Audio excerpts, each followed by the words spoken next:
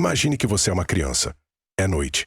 Sua mãe te acorda silenciosamente e sussurra: Vamos, precisamos pegar o trem agora. Você ainda está com sono.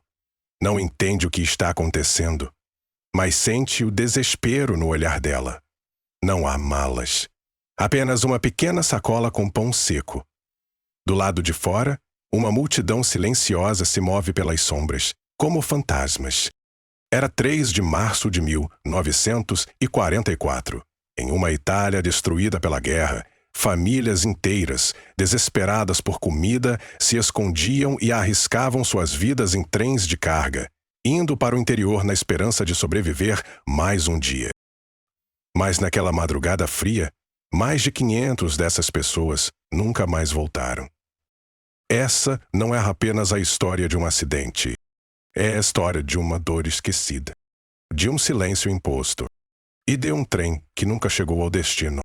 Mas antes de começarmos, verifique se está inscrito no canal. Vem vídeos impactantes por aí. Capítulo 1.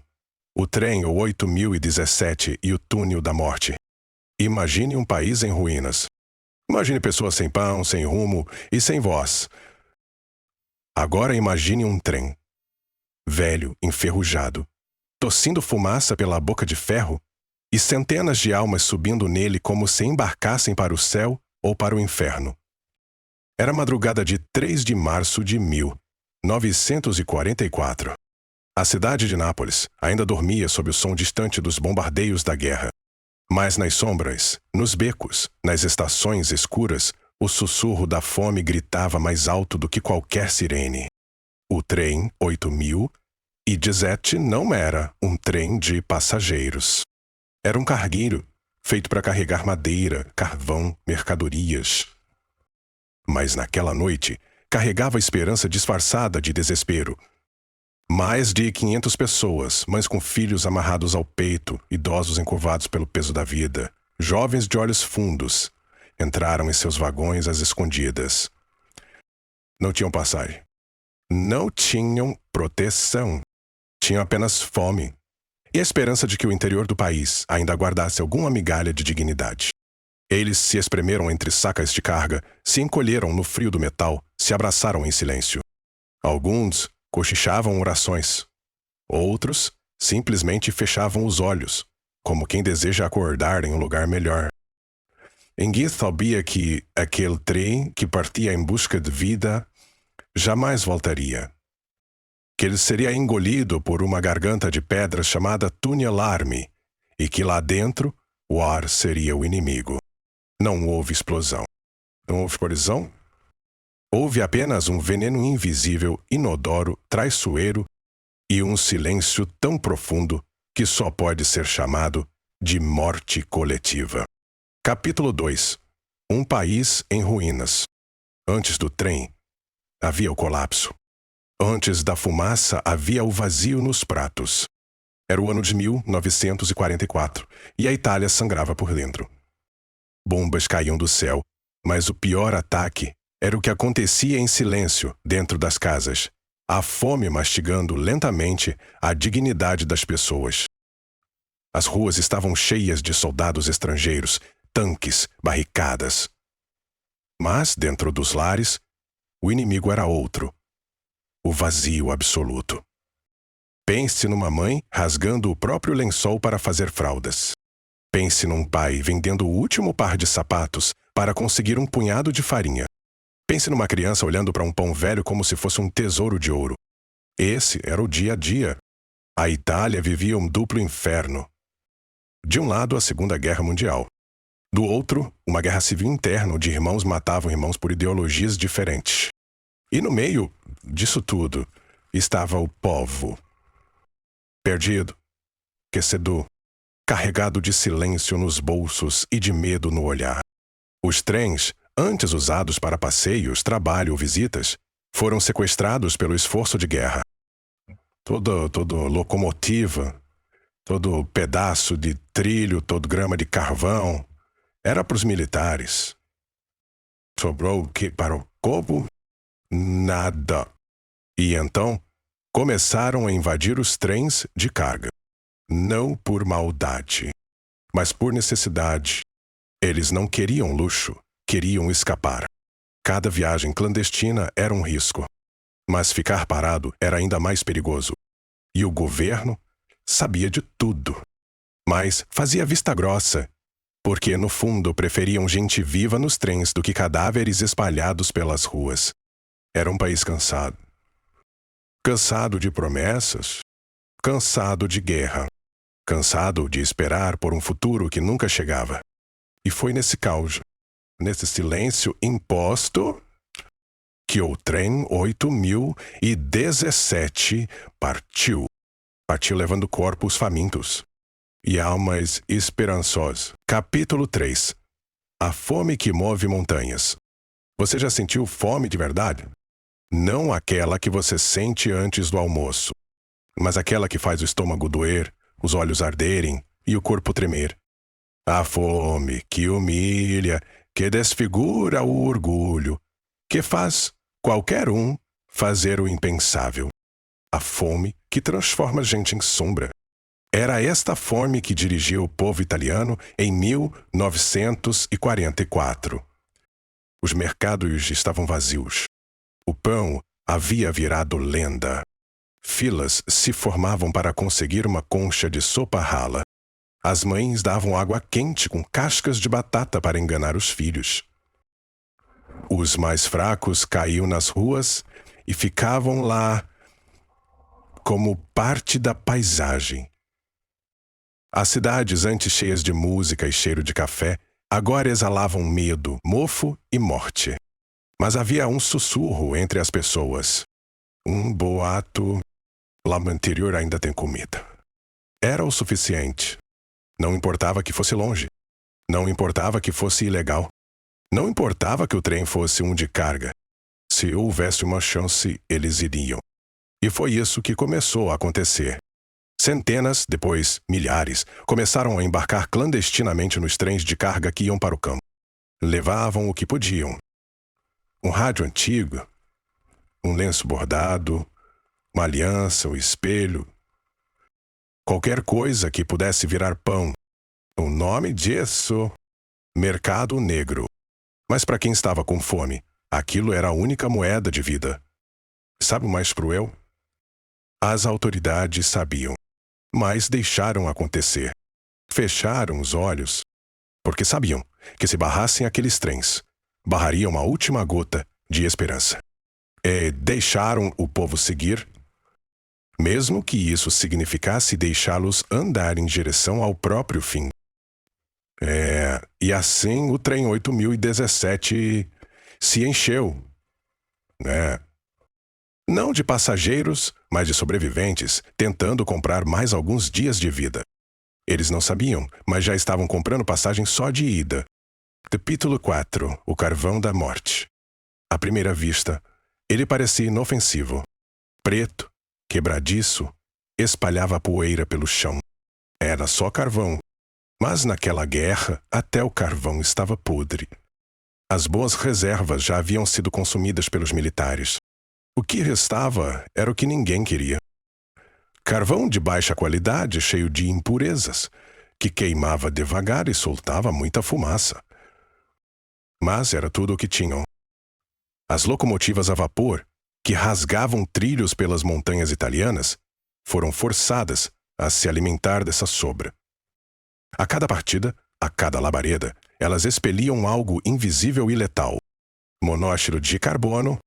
Esse gás não tem cheiro. Não tem cor. Não faz barulho. Mas mata muito antes que a vítima perceba. Um mês antes, em fevereiro de 1944, uma pessoa já havia morrido sufocada em um trem por conta desse gás. Era o primeiro alerta, mas ninguém ouviu. Ou melhor, ninguém quis ouvir. Estavam todos ocupados demais, tentando sobreviver, remendando a guerra com silêncio e improviso. Era como tampar um vulcão com pano molhado. A tragédia se aproximava. E o carvão era seu estopim. O mais perverso. Os passageiros do trem 8017 não sabiam disso. Não sabiam que Palácia que dançava pelas chaminés da locomotiva era, na verdade, um sopro de morte. Eles apenas sentiam o calor da fornalha, o tremor dos trilhos e o leve conforto de estar se afastando da cidade faminta. Mal sabiam que o ar que respiravam já não era mais ar. Era veneno disfarçado de esperança. Capítulo 5. A partida para o desconhecido. A estação estava quieta, mas não era silêncio de paz. Era o silêncio tenso de quem sabe que está fazendo algo proibido, mas não tem escolha. Era 2 de março de 1944. O trem 8017 estava pronto. 45 vagões, cargas variadas. E um número desconhecido, talvez entre 500 e 700, de passageiros ilegais. Gente escondida entre sacos de carga, pendurada nas laterais, deitada no chão sujo de carvão. Eles não tinham bilhete, mas tinham um motivo. E motivo, naquela guerra, valia mais do que permissão. A locomotiva partiu de Nápoles, seguindo a linha para o interior. Até certo ponto, tudo parecia normal. O trem rodava com o esforço das locomotivas elétricas, que suportavam bem as partes planas da viagem. Mas ao chegar em Bate-Palha, a troca aconteceu. As elétricas saíram. 2 máquinas a vapor tomaram o comando. Por quê? Porque o caminho a partir dali era outro. Montanha, subida, curvas fechadas. E as velhas locomotivas a vapor ainda eram as únicas capazes de enfrentar aquele tipo de terreno. Mas havia um preço. Elas soltavam fumaça densa, carvão queimado, vapor quente e gases invisíveis. E o carvão, como já sabemos, era da pior qualidade. Na hora da troca, ninguém falou nada. Ninguém protestou. Apenas aceitaram. Como se aquilo fosse só mais uma parte do sofrimento. Como se a vida já fosse tão cheia de riscos que mais um não fazia diferença. O trem, então, subindo, ofegante, gemendo em cada curva. Como um velho doente tentando subir uma escada, carregando o peso do mundo. Lá dentro, muitos dormiam. Outros olhavam pela fresta do vagão a paisagem escura. Alguém talvez rezasse em silêncio. Nenhum deles sabia que a próxima parada seria o fim. E que o destino deles não era uma cidade, mas uma parede de pedra chamada Túnel Arme. Capítulo 6. O Túnel Arme. Era por volta da meia-noite, quando o trem 8017 começou a serpentar pelas curvas montanhosas da região de Balvan. A chuva fina deixava os trilhos escorregadios. A locomotiva rangia em protesto. Parecia implorar para parar. Mas não podia. Não havia plano B. A frente da composição era arrastada por 2 máquinas a vapor, alimentadas pelo mesmo carvão maldito. Atrás delas, vagões abarrotados de vidas penduradas pela esperança. E então, eles chegaram. O Twin Army. Um buraco escuro escavado na rocha, com mais de 1 quilômetro de extensão. Estreito, antigo, quase sem ventilação. Parecia engolir o trem como uma criatura faminta que já esperava sua presa. Lá dentro, a escuridão não era apenas ausência de luz. Era opressiva. Pesava sobre o corpo. Fazia o ar parecer grosso, como se respirassem por um pano molhado. Às 2 da manhã, o trem simplesmente parou. Sem alarde.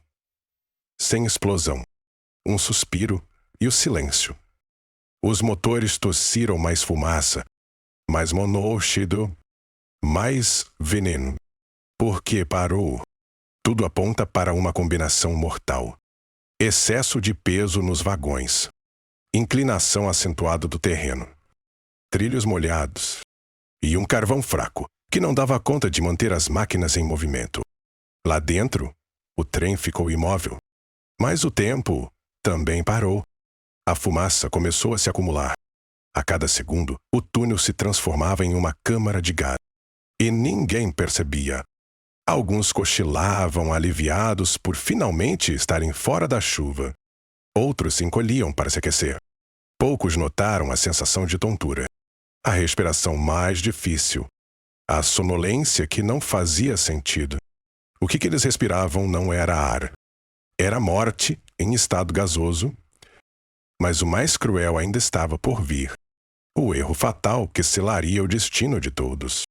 Se você não conhecia essa história, deixe o comentário. Capítulo 7. O gás invisível e o erro fatal. Lá fora, o mundo seguia em silêncio. Lá dentro do túnel Army, o tempo já havia parado. Mas o trem ainda tentava lutar.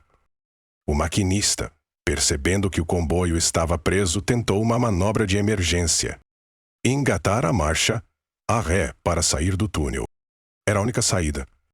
Mas, naquela escuridão sufocante, a comunicação entre a frente e a retaguarda era quase inexistente. E então, o erro. Na parte de trás, os operadores notaram o leve movimento para trás. Mas não sabiam que era uma tentativa de resgate. Pensaram que o trem estava escorregando na subida. Pânico. Em reflexo, acionaram os freios manuais dos vagões traseiros para evitar o que imaginaram ser um acidente. O trem, que já lutava para respirar, foi completamente sufocado. Agora, preso, selado, engolido pelo túnel, ele não podia mais seguir adiante. Nem recuar. Nem escapar. A fumaça aumentava. O monóxido de carbono, invisível, sem cheiro, sem cor, se espalhava como uma sombra líquida. Ele entrava pelos poros da madeira, pelos trilhos, pelas roupas e, principalmente, pelos pulmões. Um a um, os passageiros começaram a perder os sentidos. Primeiro vinham os sintomas leves. Uma tontura, um bocejo estranho, uma sensação de sono fora de hora. Depois, a fraqueza, a visão turva, o corpo pesando. E então, nada. Alguns tentaram escapar. Desceram dos vagões, cambaleando como bêbados. Tropeçaram nos trilhos, tatearam as paredes do túnel, ofegantes, mas desmaiaram antes de ver a luz da saída. Outros apenas dormiram. Achavam que descansariam até o trem seguir viagem.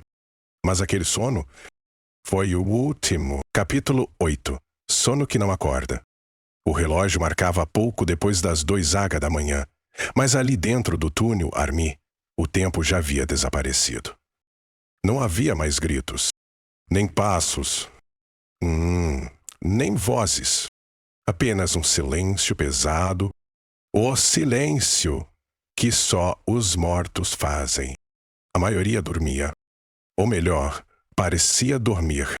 Corpos curvados, braços frouxos, cabeças tombadas, crianças aninhadas no colo de mães que já não respiravam. Casais de mãos dadas, congelados na despedida, que não sabiam o que estavam dando. Mas nem todos caíram ao mesmo tempo.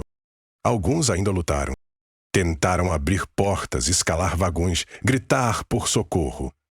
Mas era como se gritassem debaixo d'água. O ar já não os escutava. No meio desse horror, um homem se levantou. O nome dele era Michele Polo. Um dos poucos que entendeu, tarde demais, que algo estava terrivelmente errado. Ele não esperou ajuda. Ele foi buscá-la. Cambaleando, respirando o pouco que restava, correu trilhos abaixo, de volta à estação anterior. Imagine a cena. Um homem sozinho, correndo pela noite, sujo de carvão, com o rosto pálido e os olhos arregalados, gritando no escuro. Eles estão morrendo! Estão todos morrendo! Na estação, os poucos funcionários que restavam não entenderam de imediato. Mas, quando os primeiros trens de resgate chegaram, já era tarde demais. Capítulo 9. Silêncio e cinzas. Quando os primeiros socorristas chegaram ao túnel Army, o trem estava imóvel. Nenhum movimento, nenhum som, nenhuma vida. Eles acenderam lanternas, e o que viram, nenhuma luz foi capaz de suavizar. Os vagões estavam cheios de corpos, uns caídos sobre outros, como se tivessem adormecido ao mesmo tempo. Mas não havia expressão de dor, nem luta. Era como se a morte tivesse passado ali com mãos suaves, mas fatais. No chão, homens abraçados às suas sacolas com pão, mães ainda segurando os filhos no colo. Alguns com os olhos semiabertos como se estivessem à beira de acordar. Mas o despertar nunca viria. Os socorristas tentaram abrir caminho, mas os trilhos estavam bloqueados por corpos. Centenas. Empilhados, imóveis, frios. Era como se o trem tivesse tentado escapar, mas tivesse sufocado no próprio esforço. O horror era tão grande que ninguém sabia por onde começar. Não havia gritos. Apenas o som dos próprios passos. O som da morte passada. E então, o número. Primeiro, 517 mortos confirmados. Depois, relatos de até 626 vítimas. Mas só 235 foram identificadas. O resto virou estatística. Virou os outros. E sabe o mais cruel? O mundo não ficou sabendo. A imprensa italiana foi censurada. Não podiam noticiar a tragédia. Não podiam mostrar que o país, já partido pela guerra, havia agora permitido que centenas de seus próprios civis morressem sufocados, tentando viver. O silêncio não ficou só no túnel. Virou política. Virou esquecimento. Capítulo 10. A tragédia esquecida. Não houve julgamento. Não houve punição. Não houve culpados. A tragédia que matou mais de 500 pessoas no interior de um túnel escuro foi enterrada junto com elas. Anos depois, uma investigação formal foi aberta. E a conclusão? Foi culpa do carvão. Sim, o combustível ruim, o gás tóxico. Como se o carvão tivesse decidido sozinho matar centenas de pessoas. Mas o que ninguém quis dizer em voz alta era a verdade mais dolorosa. Aquelas pessoas morreram porque eram invisíveis. Pobres, clandestinas, famintas, descartáveis. A censura da guerra selou os jornais. A população nunca soube direito o que aconteceu. Os que sobreviveram, calaram. Os que perderam alguém, ficaram sem onde chorar. Nem mesmo o rótulo foi justo. Eles não foram chamados de civis mortos. Foram classificados como vítimas de guerra. Mas não tombaram com armas. Tombaram com fome. O trem 8017 nunca chegou ao seu destino. Mas seu eco ainda viaja pelos trilhos esquecidos da Itália. O túnel Armi ainda existe. Está lá, silencioso. Como uma cicatriz na terra, como um túmulo sem lápide. Se você caminhar até ele, verá apenas escuridão. Mas te fechará os olhos. Talvez ouça o som de rodas de ferro e as respirações que se apagaram dentro da pedra. Essa história não é sobre um acidente. É sobre abandono. Sobre como a fome pode ser tão letal quanto uma bomba. Sobre como o silêncio também pode matar. O trem 8017 é um fantasma que ainda percorre a história italiana. E cabe a nós garantir que ele nunca mais seja esquecido. Se você não sabia dessa história, deixe o like.